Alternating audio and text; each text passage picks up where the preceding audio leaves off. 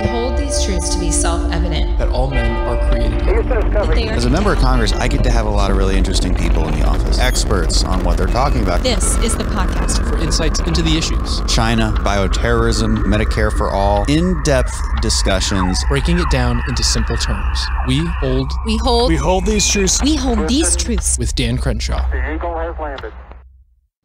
Welcome back, everybody. Got a great show for you today, especially if you like deep dives into economic policy. We will make this as fun as possible. I promise you that. To help us do that, I have with me Dr. John Diamond, PhD. He's a professor and fellow at Rice University's Baker Institute. He's the director of the Center for Public Finance, professor of economics, and what else here? CEO of Tax Policy Advisors, LLC. Knows quite a bit about this. John, thanks so much for being on the show. Thank you for having me. It's a pleasure to be here. So I like to remind our listeners that I didn't get into Rice University, and I am not upset about this at all. I'm a little bit, but I do represent Rice University now, and it is a lovely and great school, and maybe they were smart not to let me in. Or, they do make mistakes. Yeah, and so it's possible. You could be one of those mistakes. Oh, great. Now I'm a mistake. That's the typical thing that I would hear from somebody at Rice. It was a mistake not to let you in. Yeah, we know what you meant. So, all right. Back to the serious stuff. We want to know how Houston is going to recover from this. And, listen, the story in Houston is going to be the story across America as well. We've been through hard times before. Maybe I'd like to think we're a little bit more resilient than most cities. But what are you seeing right now? Do you think we're too pessimistic, too optimistic, or just about right? Well, let me start by saying I hope everyone else does a little better than Houston.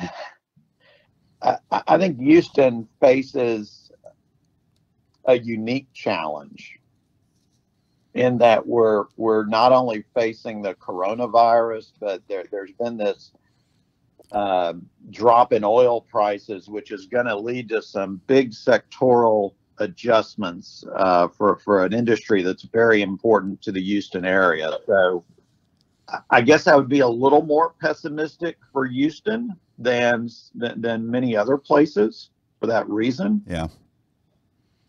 Having said that, I don't want to be a complete pessimist. I think that, Houston went into this year with some restructuring in the oil sector needing to occur. I think that will occur. I think Houston will come out of this stronger, but it won't be without a little pain. Yeah, I mean, we're seeing that pain in drastic terms. Like you said, we're getting a double whammy here in Houston, and I've been working on that myself quite a bit, trying to find that potential short-term relief. The unfortunate reality is that short-term relief won't come from Congress. It has to be administrative in design, because my friendly Democrats are in charge of the House, and they will never do anything that helps the oil and gas industry. That's that's a whole other conversation. It is.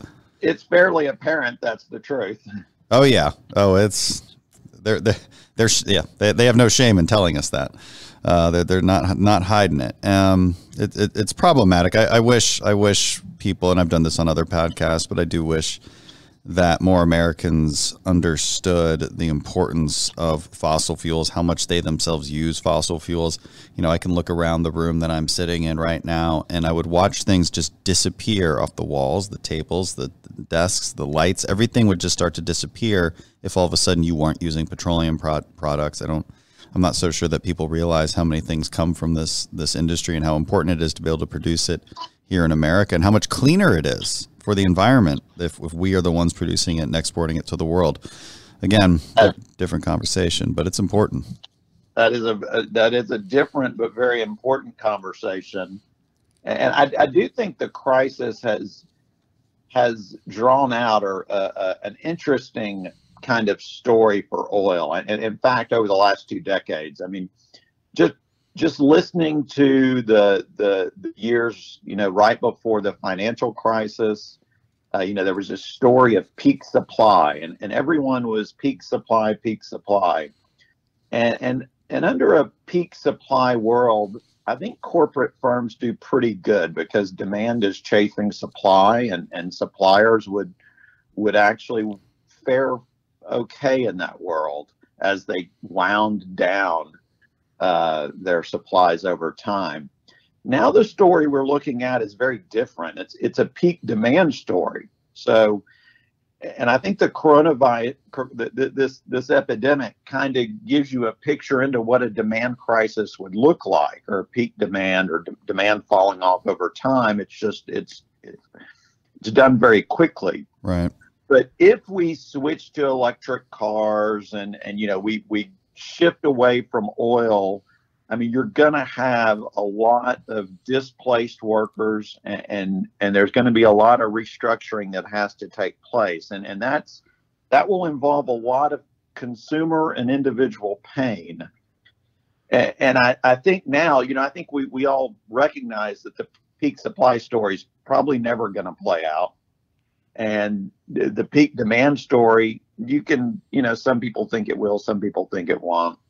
I mean, there's definitely going to be a reduction in the demand for oil, 2, 3, 4 decades from now. Yeah. But we're seeing in this short period what it looks like if there was, with very little demand for oil, at least for the oil industry and for places that depend on it for employment and income. Right. So, I mean, you're saying for a long time, we were worried that eventually we were going to run out of oil. That's the layman's terms for the peak supply argument, right? And now it's I think it's true.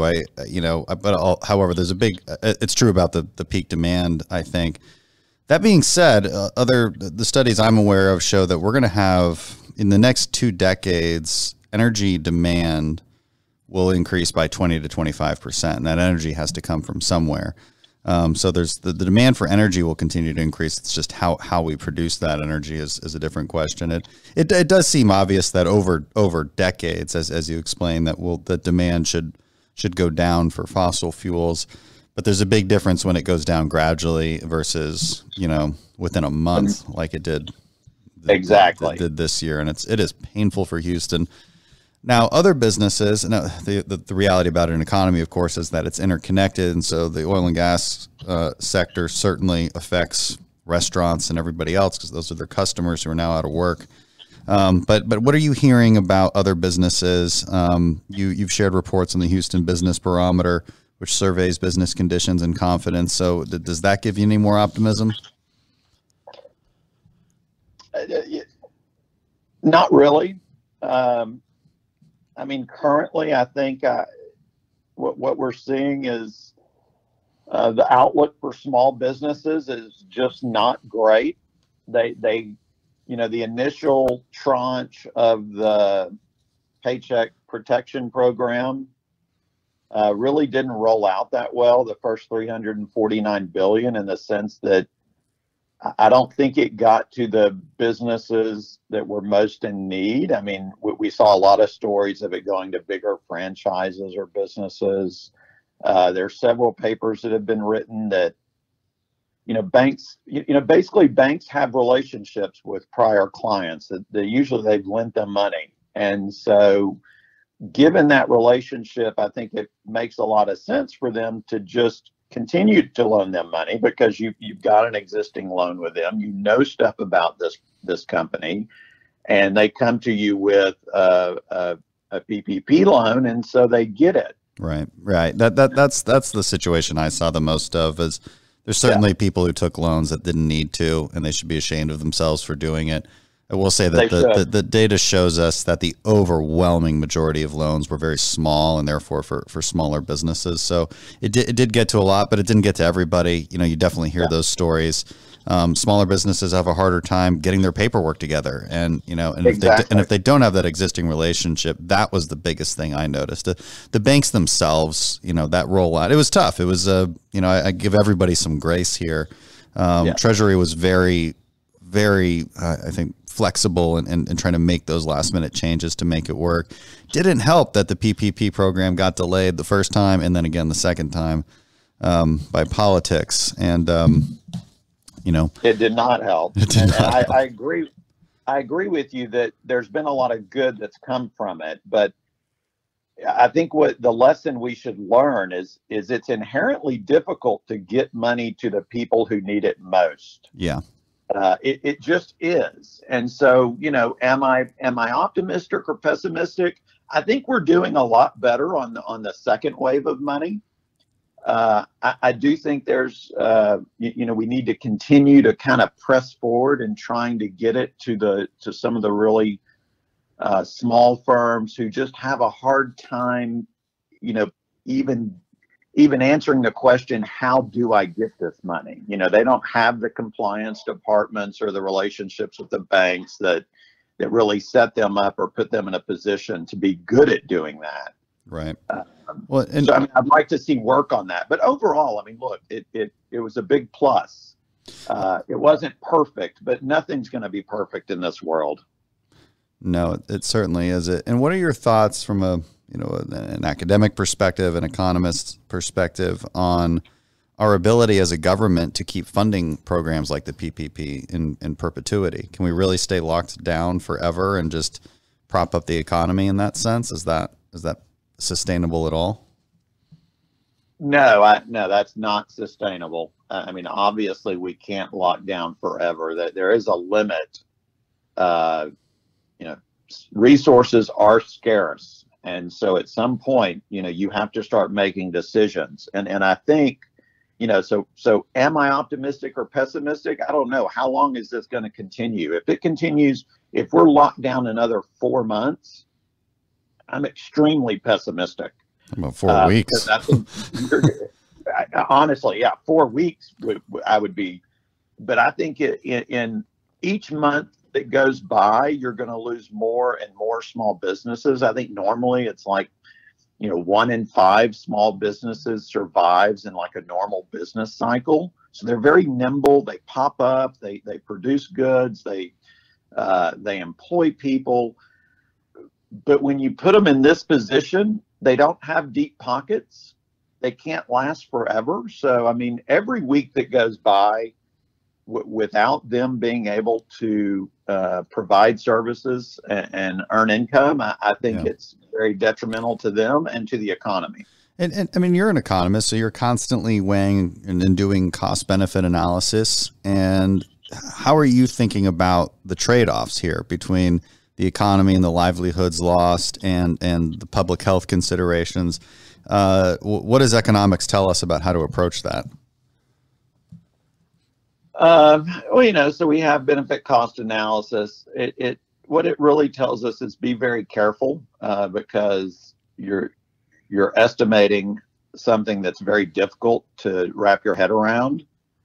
I keep going back to looking at different examples. So let's take Sweden and what they're doing. So they're having some loss in life, but they're avoiding a lot of the economic pain. Then let's look in the U.S. and let's compare states that have followed different paths, but yet are also somewhat similar. So if we compare Florida to California, California has been much more stringent on their lockdown. Florida is much less stringent. But yet if you look at cases between the two, they're very similar. Right. They both kind of plateaued. They're both look to be on the downside. Florida's actually got an older population, so true. If age is something that is a negative factor, they should be doing worse. So I guess I don't want to just go. I've had these discussions where people are like, it's dollars versus lives. I don't think that's true. No. I think we can open up in a way that protects lives and protects the economy. Not that it's 100%. There's always going to be a cost, but we just have to be as efficient and smart about it as possible. Well, there's a cost to everything we do. That binary thinking is infuriating to me. And I called it out weeks ago. I knew this was coming. I wrote an op-ed about it. I said there's going to be this is what people are going to say. They're going to say, how many lives is a job worth? And of course, that's not the right question. That's such a disingenuous, bad faith question. But that's unfortunately politicized debate that we're seeing here. And no, I really do think it's dishonest. I think I'm not so sure people have been analyzing the problem correctly either. For instance, we were all told that the purpose of flattening the curve was to basically save our healthcare system, because we didn't want our hospitals to be overwhelmed. We never assumed that it would just stop the spread in its tracks. I don't see how you stop a contagious virus in a massive country when there's no vaccine. That doesn't seem like a reasonable goal. And yet that's sort of become the narrative, as if that's our goal, because, well, if it slowed the spread a little bit, then we should keep doing it, as if there's no cost to that. Correct. And it would almost seem to me, again, if I'm just analyzing this by the numbers, it would seem to me that if our hospital capacity has remained basically empty, or I guess underutilized, and it has in the vast majority of places across the country, that's certainly the case here in Houston, then it would seem to me that we overdid it. If we're analyzing our past actions, wouldn't it seem that we actually over locked down? I think you can make that argument. Again, hindsight's always 20/20. I'm not arguing against our past lockdowns. But given the data that we have now, it would seem to me that the current track that Texas is taking of reopening in a smart way, I think, is perfectly warranted, if not warranted earlier. I agree. I agree with your assessment that we may have overdone it initially in a way, but I think the right, if you wanted to miss, I think you initially want to miss on the side of overdoing it. Yeah, that's fair. Absolutely. But where we are now, I think it's much different. Now we can start opening up slowly. We can keep tabs on what's going on. And if we open something and it's not working, then we can close it. So I think early on, when you had less information, you wanted to miss on the let's overdo it side. But now that we have more information and we're in this phase of opening, I think we want to miss on the other side if we miss. And we can always reclose something if we have to. We can all, we can always test more if we need to. There's things we could be doing. We could encourage people to wear masks more. Right. But I think in terms of the economic cost, we need to think about how to open up smartly in a way that doesn't lead to a massive, outbreak of the virus. Yeah, that's absolutely right. And so let's move on to the economic relief. And, what kind of policies moving forward do you think are going to be the most beneficial? Well, first of all, what about what we've already passed in the CARES Act do you think works the best, and what potentially doesn't and may actually hinder our long-term economic recovery? So I thought the CARES Act was pretty much spot on in terms of what it needed to include. I liked that it was mainly a bunch of policies that were temporary. They were targeted to the people that were taking the biggest hits. We don't need to be giving money to people that aren't, if you have your job and you're doing well, you don't need any government help right now. So I thought overall, the structure of the CARES Act, where it put the money in terms of helping small businesses, helping some big businesses. We had to help the airlines, at least if for no other reason, to get them into a transition period. Right. The money we gave to the healthcare system, all of that were the right moves in my mind. And if we give more money, I think, which I'm more hesitant on, it needs to be for the same reasons and to the same people if they run out of the money that we've already, legislated be spent. So the problems, now there were problems with enactment. So, we have these issues of, is the Fed really the best way to get money to Main Street?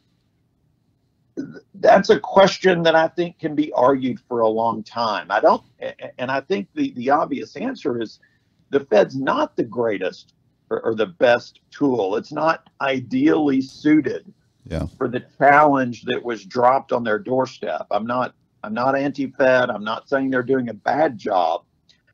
I'm saying they were tasked with something that was really difficult and that is a little outside of what we normally think of as the Fed's responsibility. So, I mean, there are going to be issues with implementation. I think we need to continue to think about how we could spend the money more effectively, how we could get it to the smaller firms and people more effectively. But overall, the structure of the CARES Act was pretty good. Now, there are smaller things also, like, you know, do you really want to pay people more than 100% of what they were earning while they were at work? Yeah. That's a problem. We're hearing a lot about that problem. We saw that problem coming. We couldn't get it fixed. And again, I wish I understood my colleagues on the other side of the aisle just a little bit better. I try. I dive deep into the psychology of my friends over there, but they do not believe that makes sense. And even though it very clearly turns out that people have a disincentive to go back to work. Now, what do you think? And here's the real problem with that. It's not even good for people in a sense. I mean, there are different ways to look at it. You know, in some sense, it's good because maybe they're really scared of the virus and they just really want to stay home and they don't want to face it. Right. And if that's the thing, that's fine. But, you know, when we come out of this, there are going to be less jobs than when we got here. Right. You know, and if it's kind of like musical chairs, if you're left out once we kind of get into a full recovery, it could be a while before you find employment, before employment reaches the level it was, say, in January before we were hit with this crisis. And so in some sense, I mean, you're incentivizing people to quit the job they currently have, in which they, you know, would at least have a chance of having when we get out of this. Right. And then when we actually get out of it, they're not going to have a job to look for. It's really perverse incentives. Yeah. And just to clarify, they can't get UI if they quit. But the problem is a lot of businesses that are, you know, they finally got their PPP loan. They're trying to hire again. And employees are like, well, why would wait a second, you're going to pay me X amount of dollars. Well, I can make X plus 10 amount of dollars staying at home, doing nothing through July 1st or July 31st. So why would I go back to work again? You know, they're making frankly a very rational decision. Now, as you pointed out, it's not really a rational decision because that job might not be waiting for them. And you know what, if I'm your employer and you quit on me and you just refuse to come back, well, fine. Guess what? I know what kind of person you are now. So I'm not, you know, find somebody else, especially in a job market like this. So, you know, it's not good. I mean, the dignity of work is important. I think this is lost in the conversation sometimes, whereas there is purpose derived from work. There is dignity to work. And that is a human spirit element that is not measurable in economic terms, but it's real. We all know it's real and we can't deny its reality. We are trying to fix this. I have a bill that we've just started to finalize. So yeah, I guess I could talk about it in public. It basically allows states to continue paying out that $600 extra per week, even if they go back to their job. So it reverses that incentive a little bit and incentivizes them to keep going back to work. And that $600 continues through July 31st. We think that's the most politically palatable thing to do. There's no way politically we can just reverse the policy and fix it. So this would have some costs, but also at least incentivize work as opposed to incentivize staying at home. What do you think about that? I like that. You like it? I love that idea. Oh. I mean, that gets the incentive structure exactly right. This isn't, you know, my views are never about trying to take money away from someone. It's let's give people the proper incentives to make decisions. And that bill, I really am for that bill. Let's let them have the $600 extra. They'll be a little better off. And they can go back to, you know, working and honing their skills and helping their employers produce goods that people want to buy. Right. No, I think that's true. I appreciate that. Good. I got Rice University's. I got some I got some kudos from Rice University after that rejection back in 1998. Yeah. That's all I've ever wanted. Small victories. So looking forward, I mean, how would you design let's pretend this is now an academic exercise, and or we've got our way on a glide path to economic recovery. Let's say the summer mostly burns off the virus, but we're worried about the fall, and we're worried about, let's say a major outbreak occurs in the fall and it's bad. And I personally don't think that's going to happen, but maybe it does. And we want a playbook for another economic pause, because that's what we really did with this CARES Act, right? We forced a pause on the economy, unlike we've ever done before. Frankly, I'm not even sure we've done this in human history. I don't think human beings have ever reacted this way to a pandemic. And like that kind of says something about where we're at in our society in 2020. Regardless, we pressed pause and we needed to inject some kind of sustainment capital into the economy. And in very simple terms, we needed to give revenue back to the businesses that we said can't take revenue anymore. So my question is there a better way to think about this in the future? Like if we were to allow a bunch of smart guys like you sit around a table and figure this out, would there be a better way that we could, a better policy we could just dust off and implement rather quickly? I think what we did was fairly well done. Maybe if we went directly and the government actually paid the workers' wages instead of, having banks be the intermediary that then loan to small businesses. I mean, there's a lot of connections there where things can kind of go wrong. Is there a way to basically replace revenue? Is that ever possible? Is there a way to even measure like the last month's revenue and take the difference and basically, charge it to a card? Would that be a more efficient way to do things? Is that even possible from a logistical perspective? Logistically, it would be hard, but the IRS has data on how much income companies made last year. So, if you took small business income and you replace, worker, you have W-2s on the workers. I don't think we have the manpower in place to do it is the problem. Yeah. It would take a lot of man and woman hours of government employees to go through all the data and find out everybody that did that. But I do think that would be worth looking into. Is there a way that if this does happen again, either in a second wave or in a pandemic down the road, that we could avoid doing the forgivable loan route and instead just inject the money right into the businesses? I do like that idea better. Yeah, and from in a theoretical sense, it seems way more efficient. Yeah. It just seems like the exact right thing to do. The question is, how do you do it? Do you basically send every business a government credit card and say, in times of crisis, this thing will be filled and you can charge it? And it has to be, I don't know. This seems to be to me to be the most efficient way to do it. But logistically, the devil's always in the details. We're not ready logistically to do it now. No way. I doubt that we could be ready by the fall, but there's maybe a shot if we had some really smart people working on it. In the world of big data and electronic transactions, it shouldn't be impossible. I do think it wouldn't be a bad thing to think about just in case we have this problem in the future. Yeah, I agree.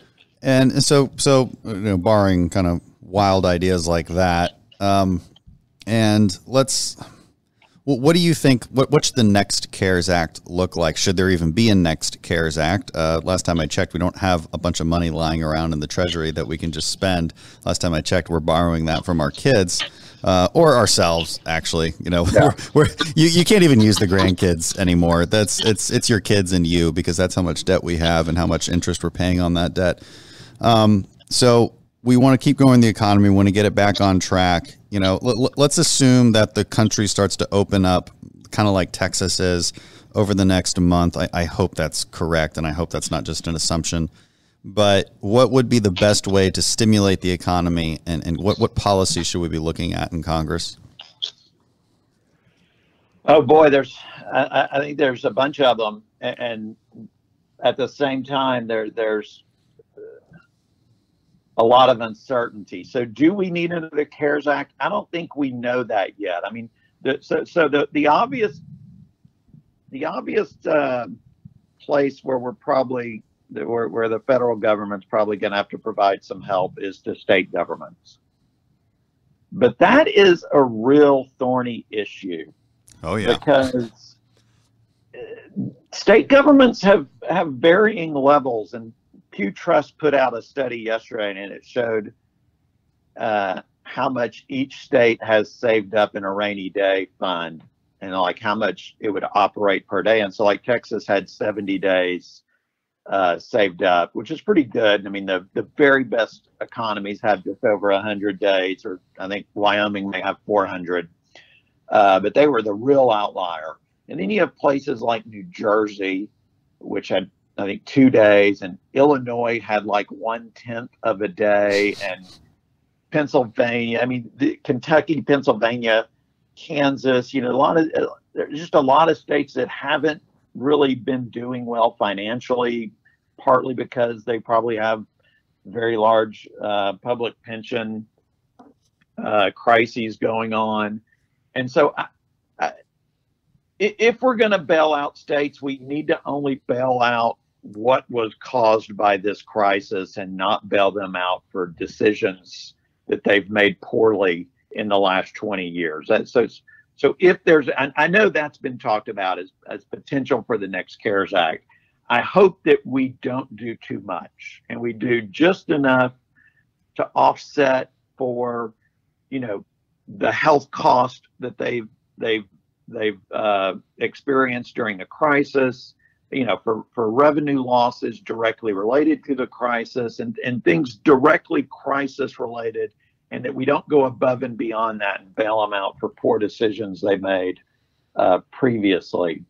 Yeah. In terms of other decisions, I think we really need to look at the tax code and specifically the way we subsidize debt.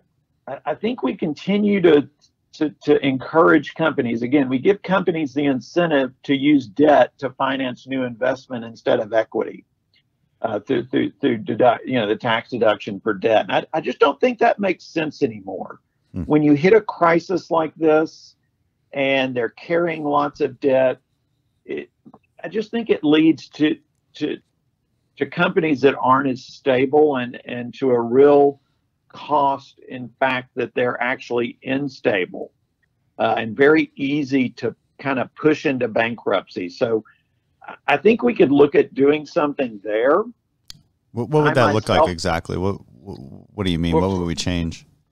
Well, for me, it would look like basically extending what we did in the 2017 Act. I would like to see us make expensing permanent and then to completely take away the deduction for debt. And so let's just, if you buy a new asset, let's let companies expense it that year. I see. But let's not allow them to finance it with debt. Or, what troubles me is when a company has to pay a dividend and they go out and borrow money to pay the dividend because, they don't want to use their cash and interest rates are so low. I would just like to see that incentive for debt be gone. Okay, that's interesting. Yeah, I get it. Other things we need to be looking at is, I think in this crisis and coming out of it, we really need to kind of be okay. And in fact, I think the Fed should be thinking about how they could help in the process of allowing firms to manage bankruptcies in a recoverable manner. We have one of the strengths of the U.S. in my view is we have great bankruptcy laws that kind of set the rules of the game up. We know who's taking the risk. We know who's responsible when things go poorly. Well, let's let that happen. I think one of the worst things we could do is come out of this, prop up a bunch of firms that are just barely hanging on.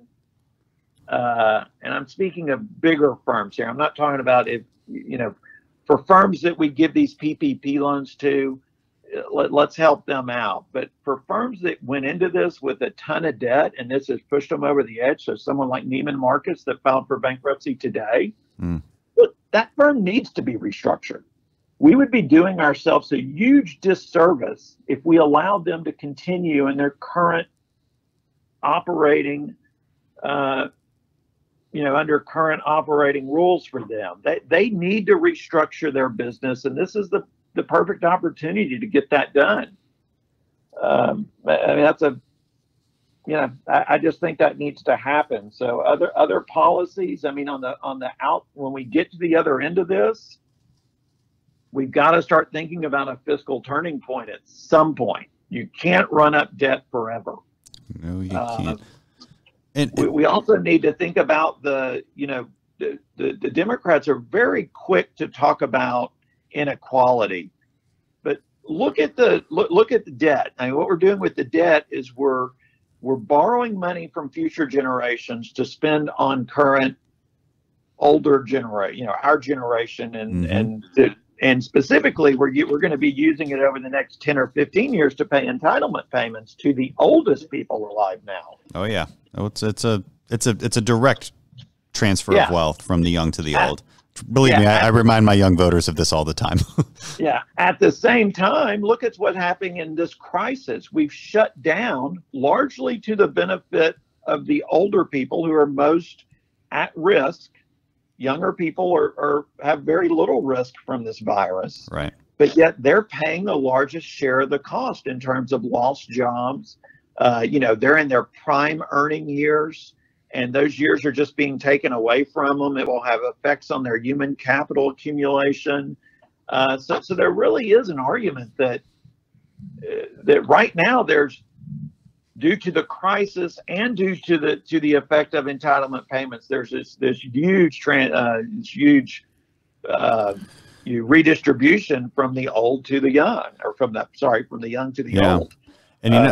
And what's interesting about that is you could maybe explain that in a lecture at a university, and the vast majority of the students listening to that lecture will still vote for those policies that directly harm them. It's. And this is why I try to talk about this as much as possible. I'm like, do you realize that, listen, the Democrats and the Republicans both have a plan to make Social Security solvent. Here's what the Democrats' plan looks like. Vast increases in benefits. Doesn't matter how rich you are, by the way, how much wealth you've saved up over the years. Vast increases in benefits for retirees, and also big tax increases, and removing the cap also on Social Security payroll tax, which is that's an enormous tax increase for anybody still paying their payroll tax. So who's still paying payroll taxes? Anybody who's young, right? So it's a major transfer. So there's already a major transfer of wealth.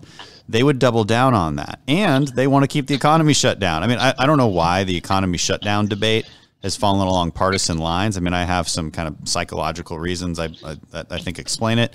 But for the most part, it shouldn't fall along partisan lines, but it has. It has become a conservative versus liberal issue, and it's just the way it is.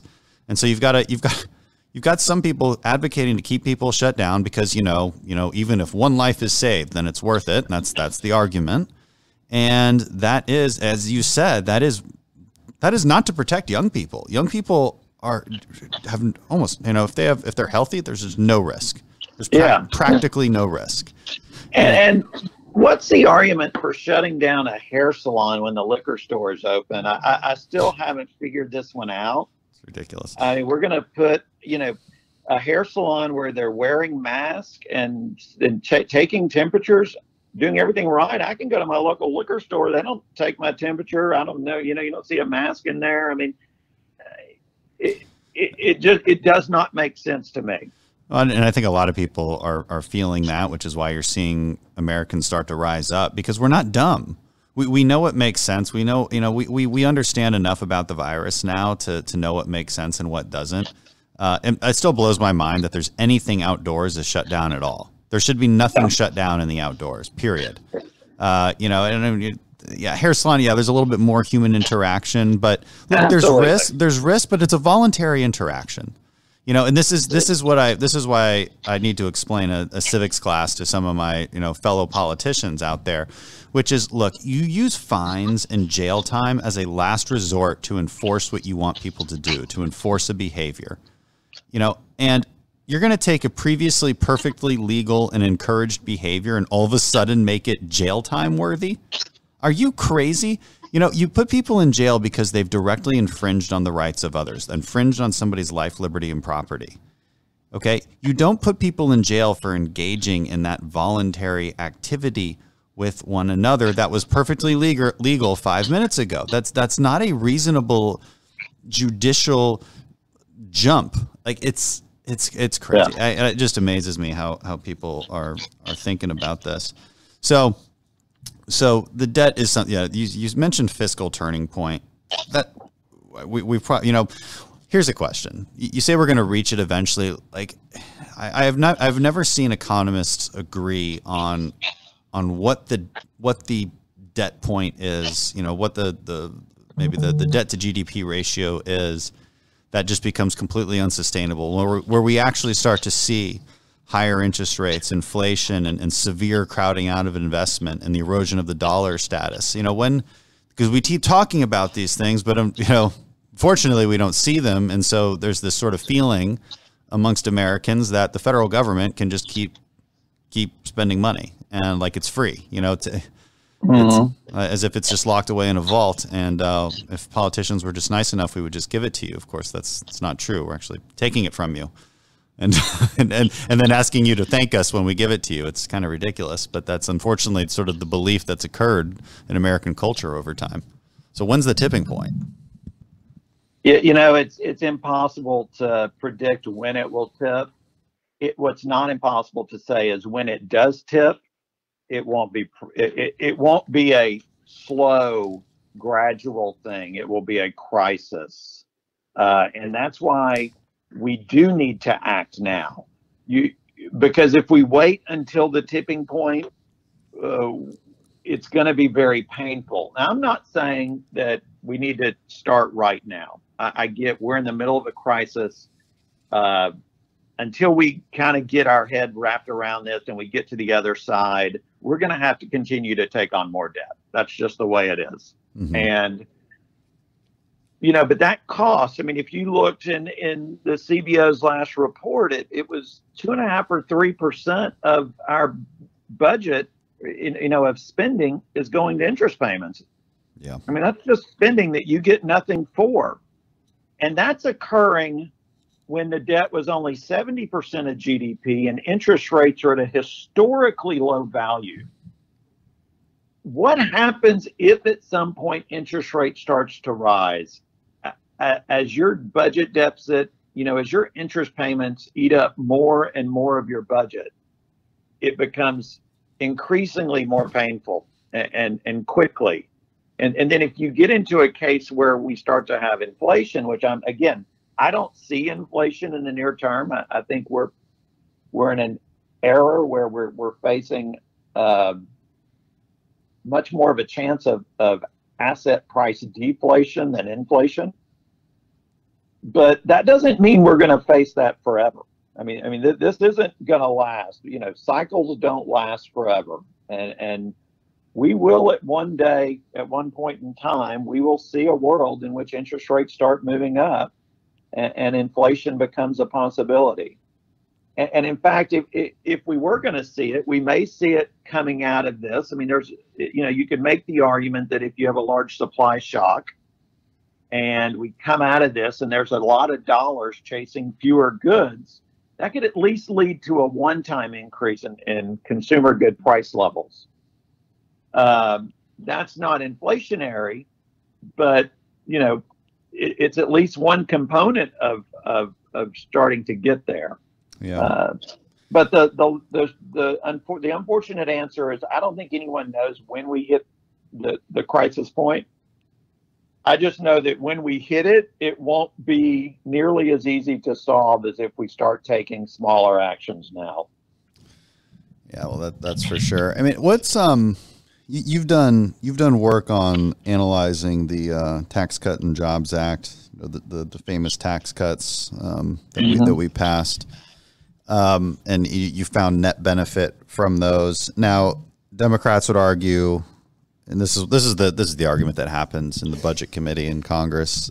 Everybody's concerned about the debt, or at least they pretend to be, and but then we fight about what actually causes the debt. So I argue that it's entitlement spending, just because that's what the numbers and the math actually say. It's the only thing that's increasing as a share of GDP. Revenue as a share of GDP is actually also increasing. You could look at a slight drop as a share of GDP after the tax cuts, but it's very slight now, and it's already on the upward trend. Although this whole crisis has probably changed that. But actually, probably hasn't as a share of GDP, because our GDP itself dropped down. Anyway, discretionary spending about stable, actually decreasing as a share of GDP. So it's pretty obvious what is driving the long-term trend, which is mandatory spending, which is interest on the debt being a part of that, and Social Security, Medicare, Medicaid. Yeah. Democrats argue that we're just not taxing people enough, and that the whole reason we have a debt is because Trump tax cuts and Republican tax cuts. So that's just false. So but if we care about the debt, should we listen to them and tax people more in other ways? Or, is there any efficient way to actually do that? Look, if you look at CBO's, annual report on the long-term budget, it's clear spending is generally going up from, say, 22%, currently to, say, 26, 27, 28% by 2045 or something like that. And taxes are also going up as a share of GDP over that period, the next 30 years. Yeah. So obviously, spending is going up more than taxes over the next 30 years. That's the reason that we have these really large projected budget deficits out into the future. The question then is how to fix them. And, I've argued for a while now that what we really need to do, because we've been having this argument forever, what we really need to do is just pick, how much do we want to spend? Is it 21%? Is it 20%? Let's vote on a number. Let's pick a number, and then let's raise revenue let's implement a tax system to raise close to that amount of revenue. We don't actually have to raise. If we spent 21% and we raised 19% of GDP in taxes, if we had 2.5% growth, the debt to GDP ratio would at least be falling. So it's right. And in that scenario, that would be a spending cut and a tax increase over what we now have. And so, it kind of goes back to the Obama kind of grand bargain under Erskine Bowles and Alan Simpson. Their plan was very close to that. And it included basically, I think it was $10 of spending cuts for every dollar in new revenue, something like that. But that's the only way we're going to solve the problem. At some point, we actually have to just say, what percentage of GDP do we want to spend? And then let's raise taxes to get us to a point that's sustainable. Yeah. And, because one thing Democrats basically refuse to acknowledge is the need for growth and what actually constitutes growth and what makes the economy grow. You noted this before. They talk entirely of inequality. That's the only concern that seems to matter. And so, so if we're having that conversation, again, I have no problem with wanting to address poverty. I think trying to address inequality in and of itself is a bit of a distraction. I'd rather focus on making sure that if somebody is poor, there is ample opportunity in our economy for them to become not poor. That would seem like the most efficient way to think about this. It doesn't bother me that, let's see, well, here I'm in an office right now. River Oaks is not very far from me. They are so much richer than me in River Oaks, and by the way, by Rice also. It's not even close. Like the inequality between me and everybody who lives in River Oaks is beyond, it's just beyond comprehension. That doesn't bother me because I'm fine. I'm doing well. And I feel like I have a future.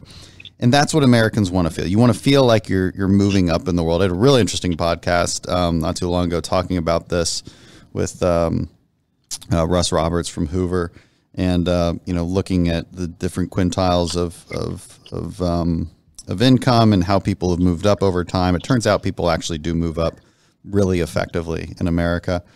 So I guess I don't know where I'm going with that question. It wasn't really a question, but I'll let you respond to it.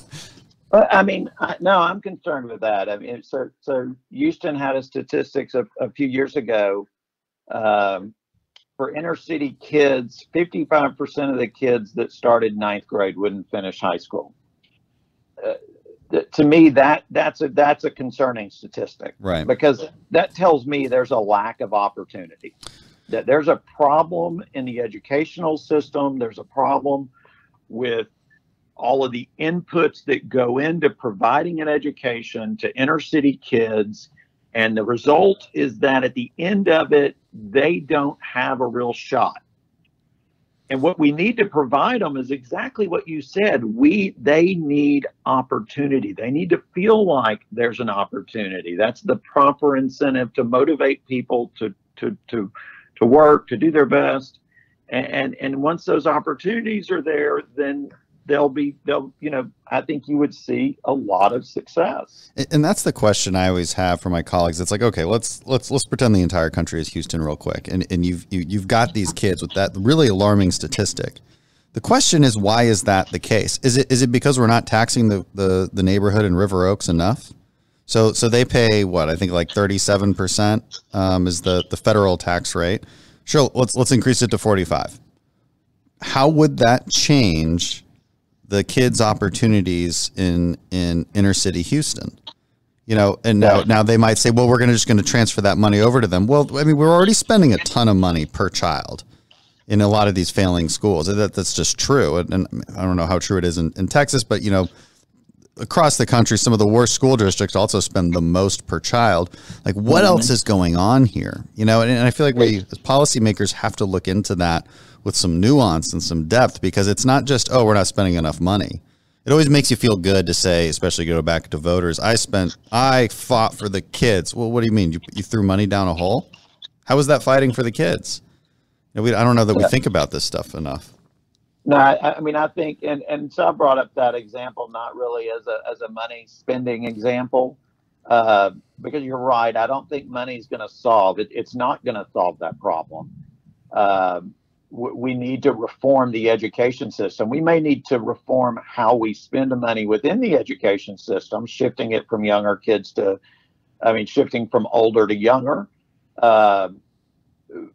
But this kind of gets me back to my point. And it's a point. So when we think about making a budget, what I think Congress should be focused on is what is the trade-off between Program X and Program Y at the margin. So we've got 20 trillion, we've got $2 trillion we can spend. Let's allocate, some here, there, and there. At some point, we have to make trade-offs. And right now in the budgeting process, it just seems like we always go to the thing of, well, we need to spend more money on X. And we could say that about almost everything we spend money on. It's not like we really spend money on anything that's bad. I would like safe food. I like a cleaner environment. I like kids being educated. I like people having jobs. All of those things are things the government does. And we should want to spend money on all of them. But we have to operate within a budget. We don't have unlimited resources. And so at some point in our budgeting process, we have to account for the fact that we're going to have to pick one program over another eventually. We can't always just spend money on everything. I guess that's kind of where I was headed. And that's why I like this idea of, how much of GDP are we going to spend as a federal government? Yeah, no, and I wasn't implying that you were arguing that you just have to spend more money on the kids. I think, I was basically laying out the argument that I have with Democrats, because that is how that argument goes, Absolutely. and I just don't think it's well thought out. And why? I mean, you hit the nail on the head. I call it the puppy problem. What you're talking about, because everybody wants to spend money on the puppies. If you don't want to spend money on the puppies, you are a bad person. That's just true. You're a bad person, because how would you not spend money on the puppies? But the thing is, it's okay. We spent $10 million on the puppies last year. Well, I'm a better person than you, so I want to spend $20 million on the puppies this year. Why? Where'd that number come from? Hey, don't question the number, you puppy hater. And this is how it goes. I mean, this is the moral shaming that occurs in the budget making process, and there's no consequences to it. See, this is the problem. If you're in the Texas legislature, you have to balance your budget. So you have to have actual good faith conversations at the state level about what programs to fund and which ones not to. And like, the moral shaming can't actually occur the same way. And I mean, wow. I mean, you visit the Texas Capitol. It's a very different vibe. The way people work together, and it functions much better than our level, because the only way the compromise happens in Congress, in the U.S. Congress, is you negotiate up. Everything just goes up. Defense and non-defense spending, it just all goes up, because people hold each other hostage. And if the Republicans want a stronger national defense, they have to give up more more money for programs to insulate the poor from economic risk. It's never-ending increases in spending. Or if you want a tax reform, even if it's revenue neutral, you may have to give up additional spending, to pass an efficiency-enhancing tax reform. Or even worse, you just want to, retroactively just fix a problem with the tax that you pass, such as the brick and mortar problem that we had for retail stores. I mean, just insanely, how could that not be fixed immediately? Because people want something for it. It's like how did we not just fund the PPP on the second round when it ran out of money? We already authorized it. It was like a unanimous vote just to authorize that, and it ran out of money. We obviously still agree on it. Nothing's changed, and yet Pelosi delayed that for a whole week, and was patted on the back for it by the media, which is a whole other problem. Everybody was for it. It was ridiculous. So yeah, that's a really uplifting conversation we're having about how to fix the budget and the debt. Because the solutions are out there. I've talked about the solutions a ton on this podcast and every other media outlet that I put out there. What it really comes down to, and this is maybe what I'll end with. The American people are the ones that actually have to decide that we care about the debt. Exactly. Because I'll tell you what, it's not like liberal voters want to keep spending and conservative voters don't. That's actually not true. All voters want the spending to stop, but not their part of it. And so, correct. We all as Americans have to kind of take a step back and think about what's best for the country. And while we still can, because there's going to reach that tipping point, Social Security goes insolvent at a certain point. And if we don't touch it, it gets destroyed. Yeah. And so I say that's and that's probably within a decade now. Yeah, probably sooner than, because what was it like? Yeah. It was 2035, before the crisis started. I have to think that after the crisis, it's probably going to move up to 2031 or 2032. Yeah, that's depressing. I think you're right. And, I've been making that case, and, I get slammed for it because Democrats are very quick to say that we want to cut seniors' benefits. Just not true. Yeah. We're at a point now where we don't really have to cut current benefits. We don't have to. We can do other things to make it work. I'm in favor of means testing it and looking at slowing the growth of benefits, but you don't have to cut the benefits for people who truly need it.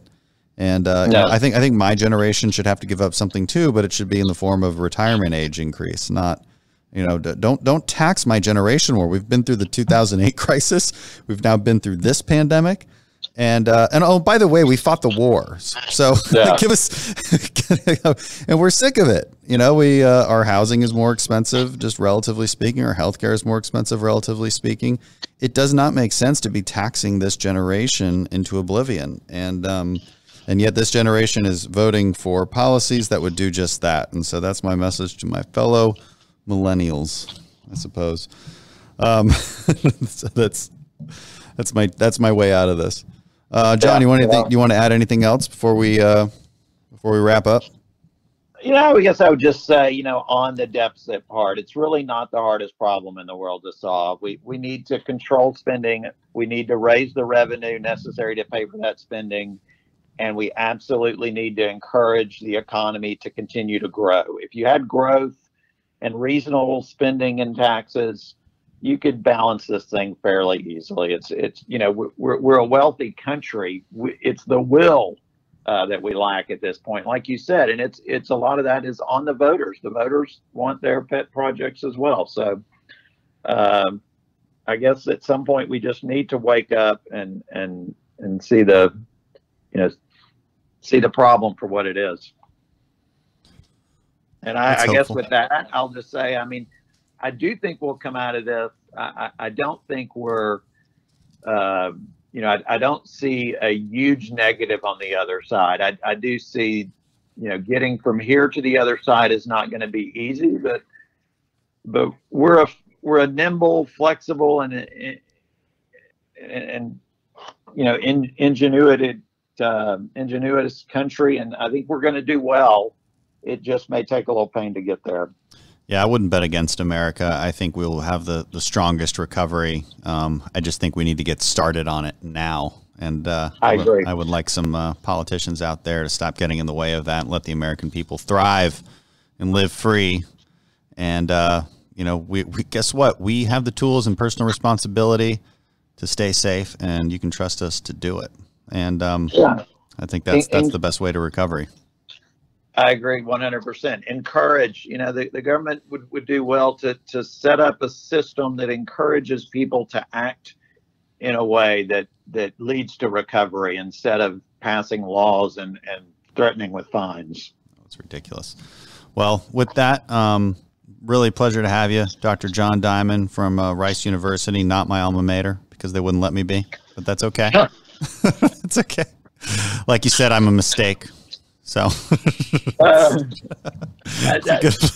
a good place to wrap. I think we can qualify that as fake news. Yeah. It's my podcast. I can say whatever I want. That's right. All right.